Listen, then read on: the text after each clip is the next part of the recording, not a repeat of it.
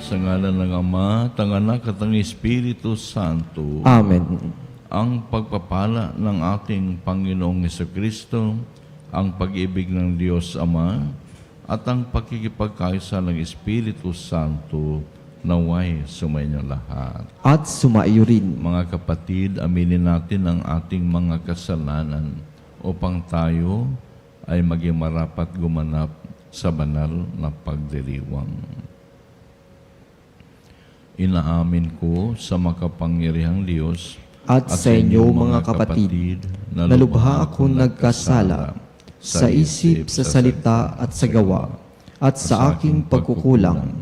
Kaya isinasamo ko sa mahal na Birheng Maria, sa lahat ng mga anghel at mga banal, at sa inyo mga kapatid, na ako'y ipanalangin sa Panginoong ating Diyos. Kaawaan tayo ng makapangyarihang Diyos, patawarin tayo sa ating mga kasalanan at patubayan tayo sa buhay na walang hanggan. Amen.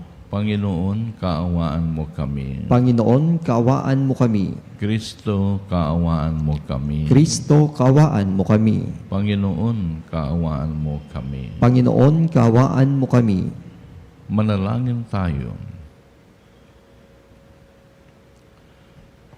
Ama naming makapangyarihan, kalugdan mo at pagbigyan na magkamit ng kaloob mong karagdagan upang sa maalab naming pananalig, pag-asa at pag-ibig, kami mamalaging tumatalima sa iyong kautusan. Sa pamamagitan ni Jesucristo kasama ng Espiritu Santo, magpa sa walang hanggan. Amen.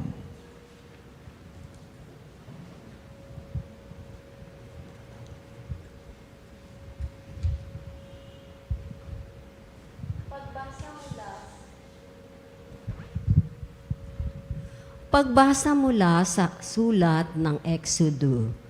Noong mga araw na iyon, nang makarating sa Paraon ang balita tungkol sa pag-alis ng mga Israelita, nagbago siya ng isip, pati ang kanyang mga tauhan. Sinabi nila, bakit natin pinayagang umalis ang mga Israelita? Di, wala nang maglilingkod sa atin. Ipinahanda ni Paraon ang kanyang mga karuwahing pandigma at ang kanyang mga kawal. Ang dala nila'y 600 piling karuwahing pandigma, kasama ang lahat ng karuwahe sa buong Ehipto. Bawat isa ay may sakay ng punong kawal. Ang Paraon ay pinagmatigas ng Panginoon at hinabol niya ang mga Israelita na nooy naglalakbay na sa pamatnubay niya. Hinabol nga ng mga Ehipsyo ang mga kawal ng Paraon, sakay ng kanilang karuwahe. Inabot nila ang mga Israelita sa tabing dagat, malapit sa Pi-hahirot sa tapat ng Baal-Sibon. Pinagharian ng matinding takot ang mga Israelita nang makita nilang dumarating ang Paraon at ang mga Egyptyo, kaya dumating sila sa Panginoon. Sinabi nila kay Moises, wala na bang mapaglilibangan sa amin ang Ehipto, kaya mo kami dinala sa ilang dito para mamatay? Inalis mo kami sa Ehipto, tignan mo ang nangyari, hindi ba't nagbago tayong umalis, ay sinabi namin, iyo na ganito ang aming sasapitin. Sinabi na naman sa iyo na huwag kaming pakialaman at pabayaan na kaming manatiling alipin ng mga Egyptyo, sapagkat ibig namin ang manatiling alipin kaysa mamatay dito sa ilang. Sumagot si Moises, lakasan ninyo ang iyong loob, huwag kayong matakot. Tignan na lang ninyo kung paano kayo ililigtas ng Panginoon. Hindi ninyo makikita uli ang mga Egyptyong iyan. Ipagtatanggol kayo ng Panginoon. Wala kayong gagawin anuman. Sinabi ng Panginoon kay Moises, bakit mo ako tinatawag? Palakarin mo ang mga Israelita. Itapat mo sa ibabaw ng dagat ang iyong tungkod, mahahati ang tubig at matutuyo ang lalakaran ninyo, lalo kung pagmamatigasin ang mga Egyptyo at pasusundan ko kayo sa kanila, ngunit doon ko sila lilipulin. Ang mga Egyptyo at ang mga kawal ng paraon, pati ang kanilang mga karwahe, ipapakita ko sa kanila ang aking kapangyarihan. Sa gayon, malalaman ng mga Egyptyong iyan na ako ang Panginoon. Ang salita ng Diyos. Salamat sa Diyos.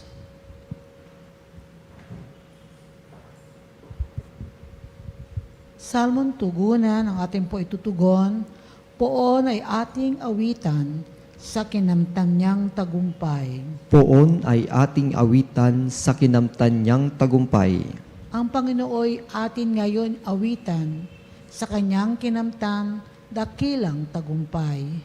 Ang mga kabayo't kawal na kaaway, sa bunsod ng dagat, lahat natabunan. Ako'y pinalakas, niyan pinatatag. Siya'y sa akin nagkupkop, nag-ingat. Diyos na magulang ko, aking magliligtas. Poon ay ating awitan sa kinamtan niyang tagumpay. Siya'y magdirigma na walang kapantay. Panginooy kanyang pangalan, na ang mga kawal ng paraon, sa dagat ng mga tambo ay mga silusong. Ang lahat na ito'y ay kanyang nilunod, pati sa sasakyay kanyang pinalubog. Poon ay ating awitan sa kinamtan niyang tagumpay. Sila'y natabunan ng alon ng dagat, tulad nila'y batul lumubog kaagad. Ang mga bisig mo ay walang katulad, walang ang katulad, walang kasinlakas. Sa isang hampas mo, kaaway na ngalat, nangadurog man din sa iyong mga palad. Poon ay ating awitan sa kinamtan niyang tagumpay.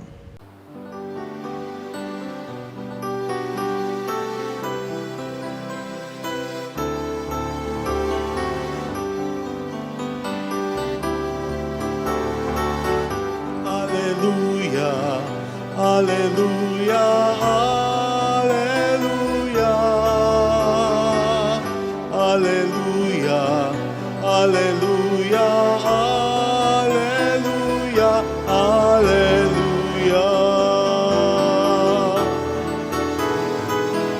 Hallelujah, hallelujah, hallelujah. Hallelujah, hallelujah, hallelujah, hallelujah. Sumainyo ang Panginoon. At sumaiyo rin. Ang mabuting balita ng Panginoon ayon kay San Mateo. Papuri sa iyo, Panginoon. Noong panahong iyon, sinabi ng ilang eskriba at pariseyo kay Jesus, Guro, maaari po bang pagpakitaan ninyo kami ng tanda mula sa langit?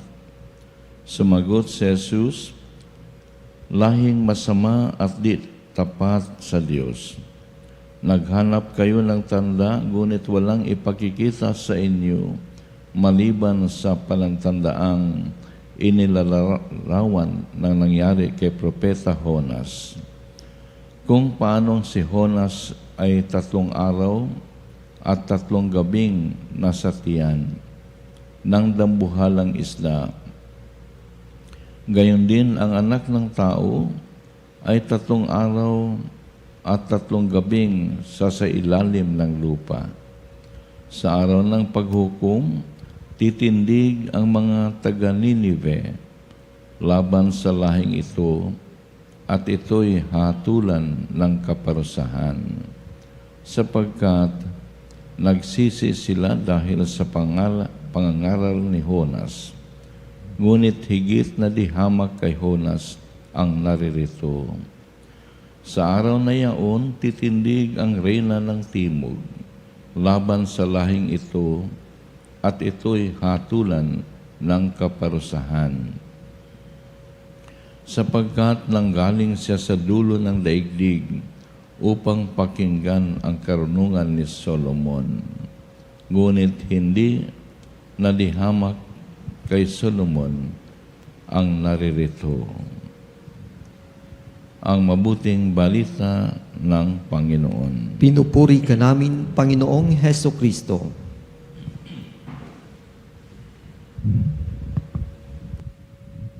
Ang mga alagad ng Panginoon ay naghahanap ng isang sign o palatandaan. Ano po ba ang tanda, ang kahulugan ng tanda or sign? Ito ay isang bagay na nakikita pero meron siyang sinasagisag na iba pang bagay na hindi nakikita. Halimbawa, ang usok ay tanda ng apoy. Kapag mayroong apoy, pag mayroong usok, tiyak may apoy. Na hindi natin nakikita ang apoy, pero nauuna ang usok.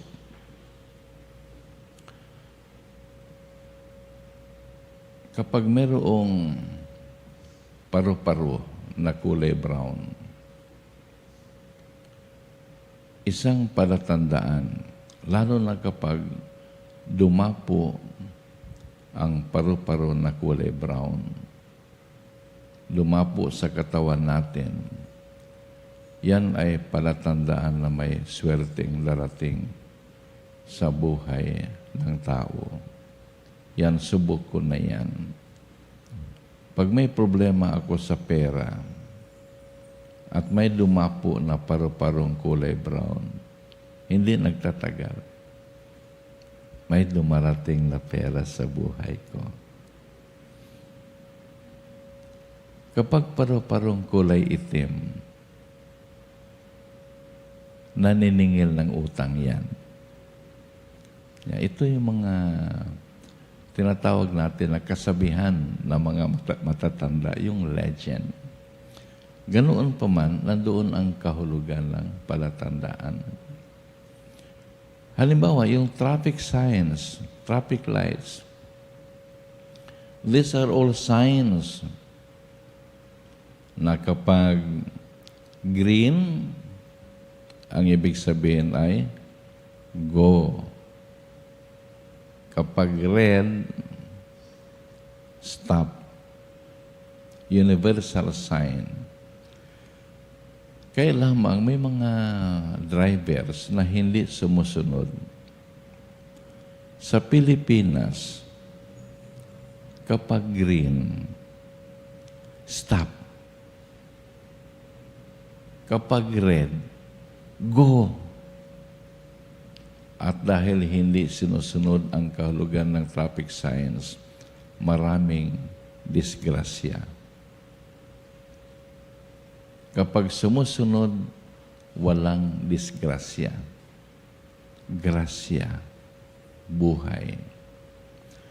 Kaya ang Panginoon ay isang palatandaan ng biyaya. Kapag sumusunod tayo sa kautusan ng Panginoon, amen? Hindi disgrasya ang abutin natin. Grasya.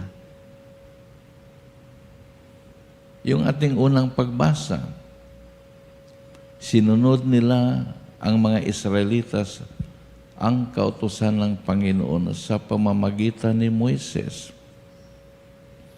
na kailangan silang umalis sa Ehipto papuntang Promised Land or Canaan or Israel. Unang-una, parang ayaw nilang sumunod. Pero na-realize na mga Israelitas ang kahulugan ng pagsunod ng kautusan ng Panginoon. Kaya, hindi disgrasya, kaligtasan at grasya. So, Jesus is the sign of salvation. Yun naman ang talaga ang misyon ng simbahan. Kaligtasan ng bawat isa, kapag tayo ay sumusunod sa Kanya. Amen.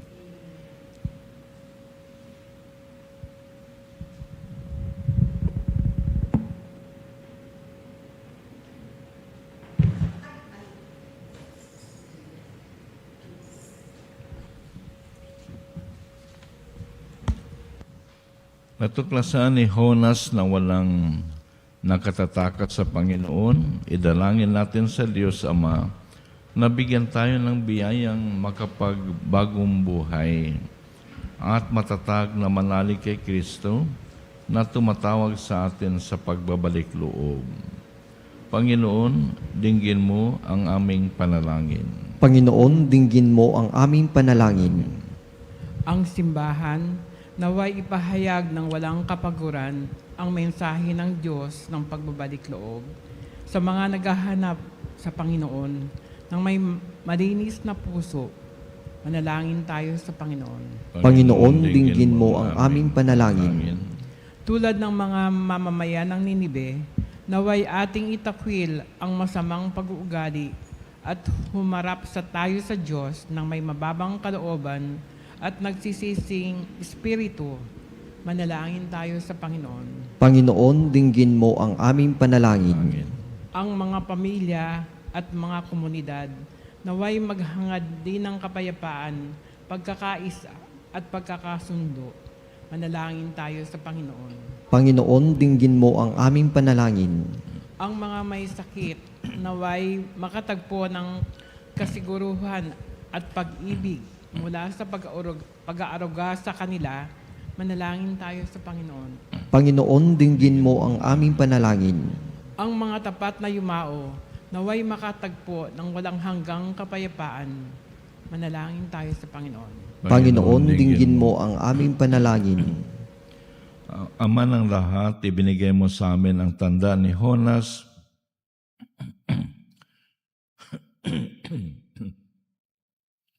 upang masalamin ang pagdating ng iyong anak. Pinakaasam mo mula panoong una ang kanyang muling pagkabuhay. Isama mo kami sa kanya magpakailanman. Hiniling namin ito sa pamamagitan ni Kristong aming Panginoon. Amen.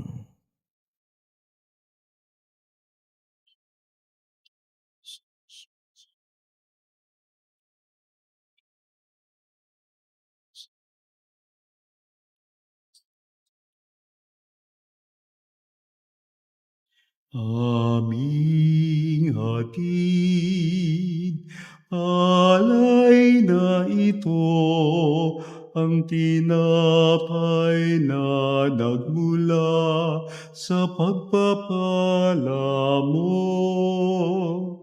At tanggapin ang alak na ito, inuming inihain sa'yo. Mahal naming Diyos, inyong tanggapin ang munting alay mula sa amin. Buong puso namin hihintayin pagpapala na aming hiling. Manalangin tayo mga kapatid upang ang paghain natin ay kalugdan ng Diyos amang makapangyarihan. Tanggapin nawa ng Panginoon itong paghahain sa iyong mga kamay, sa kapurihan niya at karangalan sa ating kapakinabangan at sa buong sambayanan niyang banal. Ama naming lumikha, lahat ng iyong mga paghaing ipinag-utos nung araw ay iyong pinagtibay sa isang haing hantungan ng tanan. Tanggapin ang ginaganap ngayon ng iyong mga lingkod at basbasan mo ito ng kabanalang gaya ng iyong kaloob. Sa mga alay ni Abel na lubha mong ikinalugod, upang ang mga handog ng bawat isang nagbigay para sambahin ang banal mong ngalan ay magkamit ng karagdagan mong kasiyahan sa pamamagitan ni Jesucristo kasama ng Espiritu Santo, magpa sa walang hanggan. Amen.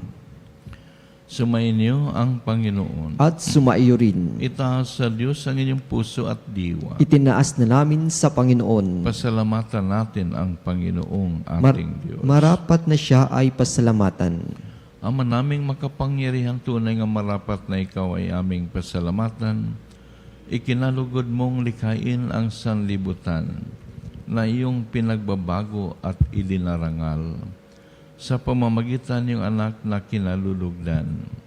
Kaya't utang na loob ng iyong mga itinatangi at ng mga banal na kapiling mong lagi ang iyong pagiliw at pagkakandili.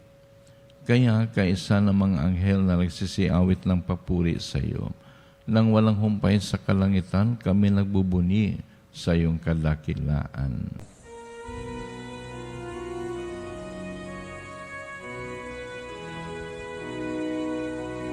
Santo, Santo, Santo, Panginoong Diyos ng mga hukbo, napupuno ang langit at lupa ng kadakilan mo.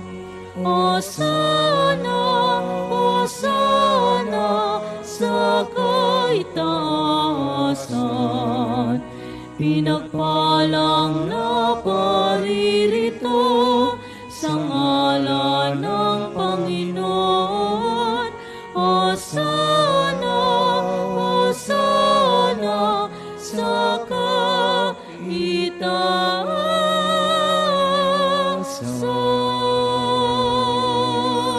Ama naming banal, ikaw ang bukal ng tanang kabanalan, kaya sa pamamagitan ng iyong Espiritu, gawin mong banal ang mga kaloob na ito upang para sa amin ay maging katawan at dugo ng aming Panginoong Hesukristo. Bago niya pinagtiis ang kusang loob na maging handog, hinawakan niyang tinapay, pinasalamatan kaniya. Pinaghati-hati niya yun, iniabot sa kanyang mga alagad at sinabi, "Tanggapin ninyong lahat ito at kanin, ito ang aking katawan na ihandog para sa inyo."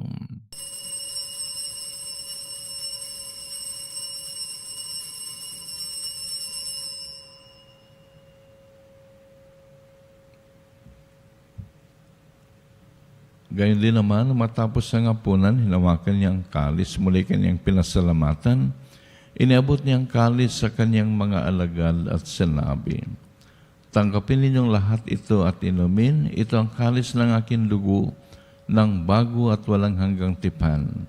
Ang aking dugo na ibubuhos para sa inyo at para sa lahat, sa ikapagpapatawad ng mga kasalanan. Gawin ninyo ito sa pag-alala sa akin."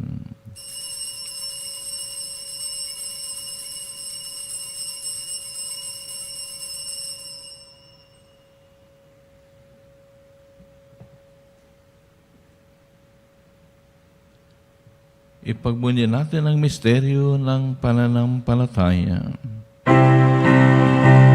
Sa krus mo't magkabuhay, kami natubos mong tunay. Ang Jesus naming mahal, iligtas mo kaming tanan, ngayon at magpakailanman. Ama, ginagawa namin ngayon ang pag-alala sa pagkamatay at muling pagkabuhay ng iyong anak. Kaya tinialay namin sa iyong tinapay na nagbibigay buhay at ang kalis na nagkakaloob ng kaligtasan.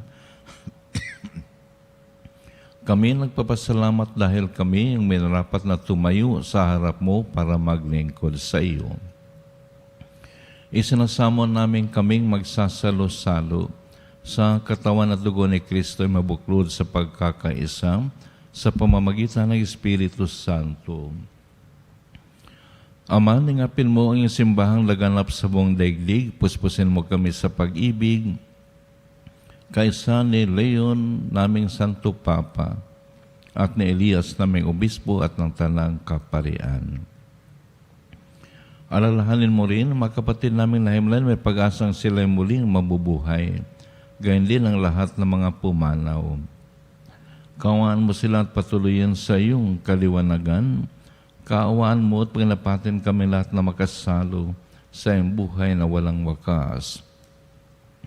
Kaisa ng mahal na Birheng Maria na ina ng Diyos, kasama ang kanyang kabiyak niyang pusong si San Jose, kaisa ng mga apostol at ang lahat ng mga banal na namuhay dito sa daigdig, ng kalugod-lugod sa iyo.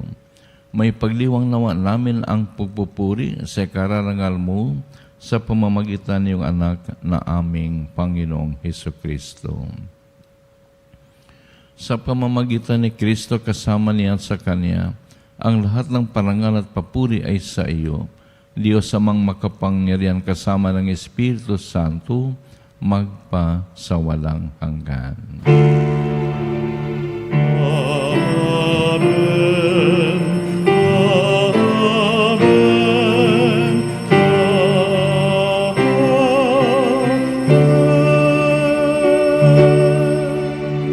At awitin natin ngayon ang dasal na tinuro sa atin ng ating Panginoon.